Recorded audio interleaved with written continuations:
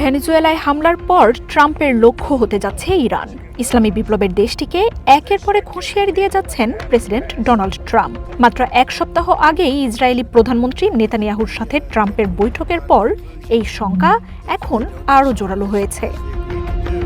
ভেনেজুয়েলায় হামলা ও মাদুরোকে অপহরণের পরই ইসরায়েলের বিরোধী দলীয় নেতা ইরানকে উদ্দেশ্য করে বার্তা দেন। কারাকাসের ঘটনার দিকে নজর রাখতে আয়াতুল্লাহ খামেনির প্রশাসনকে পরামর্শ দিয়েছেন তিনি।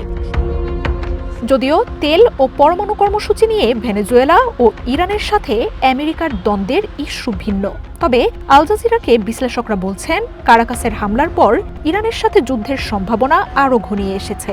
আইন শৃঙ্খলাবিহীন এই অরাজকতা সব নিয়মকেই অস্থিতিশীল করে যুদ্ধকে অনিবার্য করে তুলেছে বলে জানান তারা। রাজনৈতিক বিশ্লেষকরা বলছেন ইরানের সরকার পরিবর্তনে সার্জিক্যাল স্ট্রাইকে যেতে পারেন ট্রাম্প, আবার ইসরায়েলকে হামলার অনুমোদনও দিতে পারে ওয়াশিংটন। মাদুরোকে অপহরণের পর ইরান যদি নিজেদের প্রতিরক্ষা বাড়াতে সামরিক তৎপরতা শুরু করে, সেটাও আমেরিকাকে হামলার বৈধতা দিতে পারে।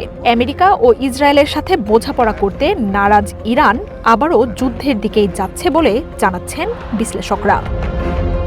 ভেনেজুয়েলা ইস্যুতে বারবারই ইরানের দিকেও আঙুল তুলছে ট্রাম্প প্রশাসন।